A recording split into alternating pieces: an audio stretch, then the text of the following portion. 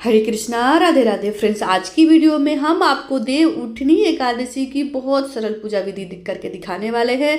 देव उठनी एकादशी का व्रत हमें कब करना है, पारण का सही समय क्या है और देव उठनी के एकादशी पे हमें श्री हरि विष्णु जी को भोग क्या लगाना है और विशेष पूजा कैसे करनी है। तो देखिए, पूरे 4 महीने के बाद भगवान विष्णु जी योग निद्रा से जागते हैं। देव उठनी एकादशी के दिन यह साल बहुत ही सबसे बड़ी एकादशी में से एक एकादशी मानी जाती है। जब भगवान विष्णु जी अपने नेत्र खोलते हैं तो वो सबसे पहले तुलसी महारानी के दर्शन करते हैं, इसलिए आज के दिन तुलसी शालिग्राम जी का विवाह कराया जाता है। लेकिन अगर आप तुलसी शालिग्राम का विवाह नहीं कर पाते हैं तो आज के दिन पूजा आपको कैसे करनी है। देखिए, तुलसी जी के विराजमान जरूर करें और उनका पूजन आपको जरूर से जरूर करना चाहिए। तो देखिए, एक हम सुबह सुबह स्नान आदि करने के बाद, जिस दिन आपका एकादशी का व्रत है, सुबह सुबह स्नान आदि करने के बाद, या फिर आप व्रत नहीं भी करते हैं तो आपको ये पूजा करने का पूर्ण फल प्राप्त होगा। तो देखिए, सुबह सुबह स्नान आदि करने के बाद यहाँ हम एक पीले रंग का वस्त्र बिछा लेंगे। आप ही पूजा अपने मंदिर में जगह है तो मंदिर में जगह कर लीजिएगा। उसमें पीले रंग का थोड़ा सा आसन देते हुए लक्ष्मी और देखिए श्री हरि विष्णु जी का इस तरीके से आप विग्रह फोटो ले लीजिएगा। फिर विग्रह फोटो नहीं है तो यहाँ पे सिर्फ शालिग्राम तुलसी जी का पूजन भी कर सकते हैं। यहाँ पे मैं श्री हरि विष्णु जी और माता लक्ष्मी जी का फोटो विराजमान कर रही हूँ, फूलों का आसन देते हुए विराजमान कर रही हूँ। उसके बाद देखिए, हमारे घर में श्री हरि विष्णु जी के बाल स्वरूप लड्डू गोपाल विराजमान होते हैं, तो साथ में हम उनकी भी पूजा कर लेते हैं। देखिए, उनका जो विग्रह होता है ना, हमारे घर में लड्डू गोपाल विराजमान होते हैं तो उन्हीं के स्वरूप की पूजा होती है। इस दिन आपको शालिग्राम अगर आपके पास हैं तो उनका भी सेम उसी प्रकार से उनका पूजन करें, स्नान कराए, भोग लगाए यहाँ पे। तो देखिए, यहाँ पे गंगा जल मिला के मैंने सभी को स्नान करा दिया है घर में शालिग्राम जी को। उसके बाद में कच्चे दूध से स्नान करा रही हूँ। यहाँ पे आप यहाँ पे पंचामृत स्नान भी करा सकते हैं। तो देखिए, इस तरीके से आप स्नान करा लीजिएगा सुबह सुबह। देखिए, ये सुबह सुबह पूजा करना होता है। शाम को भी बहुत ही भव्य पूजा शालिग्राम और तुलसी महारानी का विवाह कराया जाता है। तो इस तरीके से कच्चे दूध से स्नान कराते हुए यहाँ पे मैंने शालिग्राम को स्नान करा लिया। अब लड्डू गोपाल को स्नान करा के अच्छे से उनका अंग पोषण करके उनका अच्छा सा श्रृंगार कर देंगे। और जो जल है तुलसी के पौधों में छोड़ के सभी पौधों में सींच दीजिएगा, क्योंकि उस दिन तुलसी जी का विवाह कराया जाता है। या फिर आप देखिए, आपके यहाँ अगर तुलसी जी के पौधे में जल डाला जाता होगा तो डाल दीजिएगा। इस तरीके से देखिए, लड्डू गोपाल को हम अच्छे से श्रृंगार कर देंगे और शालिग्राम जी को अच्छे से पोंछ के इत्र लगा के उनको बहुत ही भव्य उनका भी श्रृंगार कर देंगे। तो देखिए, यहाँ पे मैंने मथुरा से शालिग्राम जी लेके आई थी, वहाँ पे हम मुकुट रख देंगे, अलग से उनका सिंहासन लगाएंगे। इस दिन उनकी पूजा होती है। तो देखिए, मैंने लड्डू गोपाल का श्रृंगार कर दिया है। लड्डू गोपाल का श्रृंगार कैसा लगा कमेंट में जरूर बताइएगा। इस तरीके से सभी को फूलों को आसन देते हुए हम विराजमान कर लेंगे। उसके बाद इस तरीके से गमले में तुलसी महारानी आप जो इस कार्तिक के महीने में लगाए हैं, या फिर पुरानी जो भी तुलसी आपके घर पे विराजमान है, उनको हम लेके साथ में उनको लड्डू गोपाल के दाहिने की तरफ उनको बिठा देंगे। इस तरीके से हम एक कलश ले लेंगे। देखिए, कलश की स्थापना करना अनिवार्य होता है। तो यहाँ पे मैं आपको सरल पूजा विधि करके दिखा रही हूँ। तो फूलों का आसन या फिर तिल का आसन देते हुए कलश की स्थापना कर देंगे। देखिए, यहाँ पे कलश की स्थापना के बाद उसमें तिल और फूल डाल देंगे। तिल में जो भी आपके पास हो, तिल, फूल, सिक्के आप डाल सकते हैं। इस तरीके से कंठ पे मौली बांध देंगे। तो यहाँ पे मैं कंठ पे मौली बांध रही हूँ, क्योंकि आप यहाँ पे दीप कलश की स्थापना कर सकते हैं या फिर श्रीफल की भी स्थापना कर सकते हैं। उसके बाद सभी को वस्त्र स्वरूपी हम कलावा अर्पित करेंगे। देखिए, यहाँ पे चुन्नी उड़ा लेंगे, वस्त्र स्वरूपी कलावा कर उड़ा लेंगे। उसके बाद देखिए, पहले सर्वप्रथम हम दीप प्रज्वलित करेंगे, क्योंकि कभी भी पूजा से पहले ही दीप प्रज्वलित किया जाता है। देखिए, इस तरीके से दीप प्रज्वलित कर लेंगे। उसके बाद यहाँ पे हम और इस एकादशी यानी कि देव उठनी एकादशी पे आप व्रत उठाना चाहते हैं तो बहुत अच्छा माह से आप एकादशी का व्रत इस दिन से आप प्रारंभ कर सकते हैं।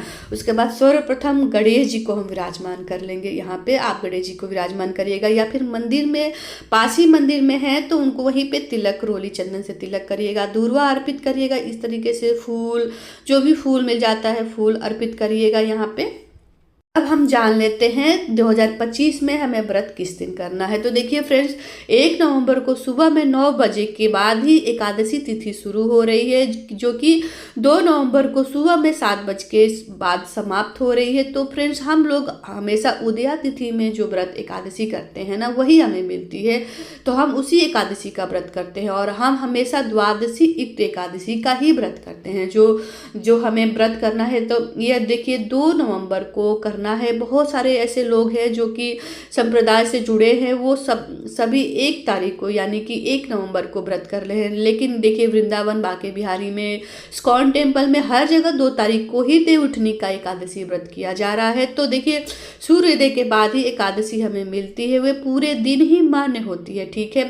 तो देखिए 2 नवंबर को हम व्रत करेंगे। तो देखिए अभी हम पारण का समय जान लेंगे, थोड़ा सा हम पूजा कर लेते हैं। तो देखिए यहाँ पे पूजा में भोग में आपको सिंघाड़ा जरूर अर्पित करना है। यहाँ पे कोई सा भी ऋतु फल ले लेंगे। आज के दिन केला आप जरूर भोग लगाइएगा।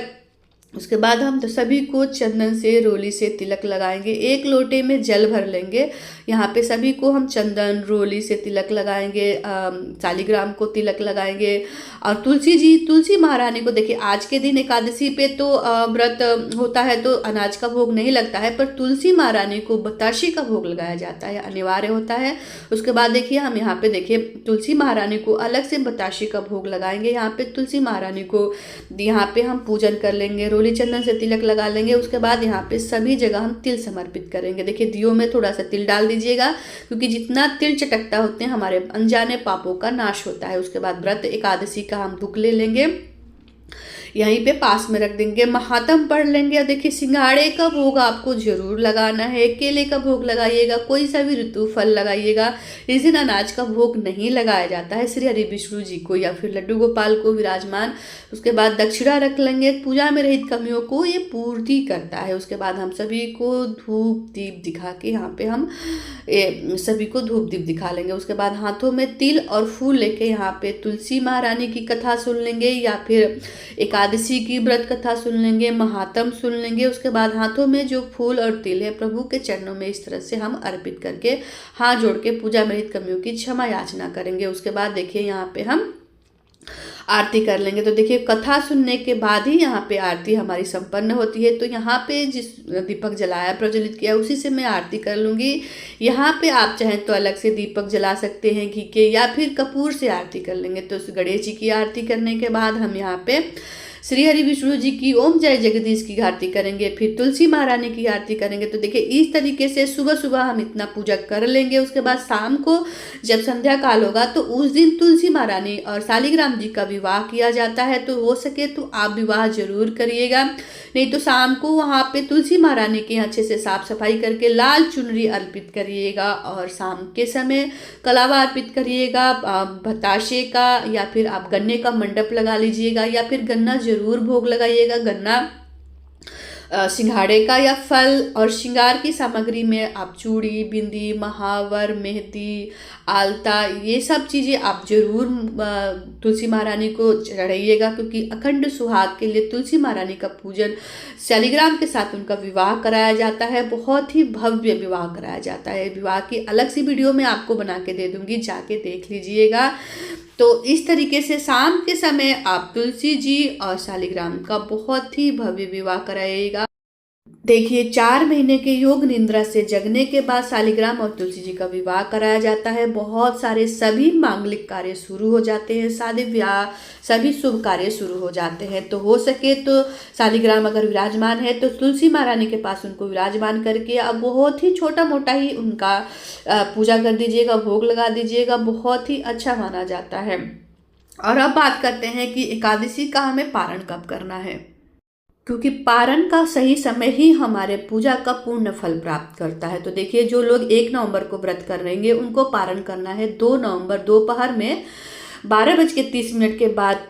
लेकिन जो भी लोग 2 तारीख को व्रत करेंगे उनका पारण रहेगा 3 तारीख को सुबह में 6 बजे से लेकर 8:39 पर। ठीक है, तो पारण का आपका बिल्कुल सही समय पे करना है। कभी भी आपको एकादशी का व्रत पूर्ण फल प्राप्त होता है। पारण से पहले आप भगवान जी की पूजा आराधना करें, सुबह में धूप दीप दिखाएं, दक्षिणा दान करें। देखिए, उनके बाद जल के साथ आपको तुलसी पत्र लेके अपना व्रत खोल लेना है। उसके बाद भोग प्रसाद खा के आपको चावल कोई सा भी आप जरूर लगाए, वहीं चावल खा के आप अपना व्रत खोल सकते हैं। देखिए, और एकादशी की रात्रि आपको जागरण करना है। एकादशी की रात्रि आपको तुलसी शालिग्राम का विवाह कराया जाता है। तो आई होप आपको मेरी ये वीडियो पसंद आई होगी, वीडियो समझ में आई होगी, और एकादशी की सभी प्रकार की वीडियो आपको मेरे चैनल पे मिल जाए देवउठनी उठनी एकादशी की। तो आशा करती हूँ मेरी वीडियो पसंद आई होगी।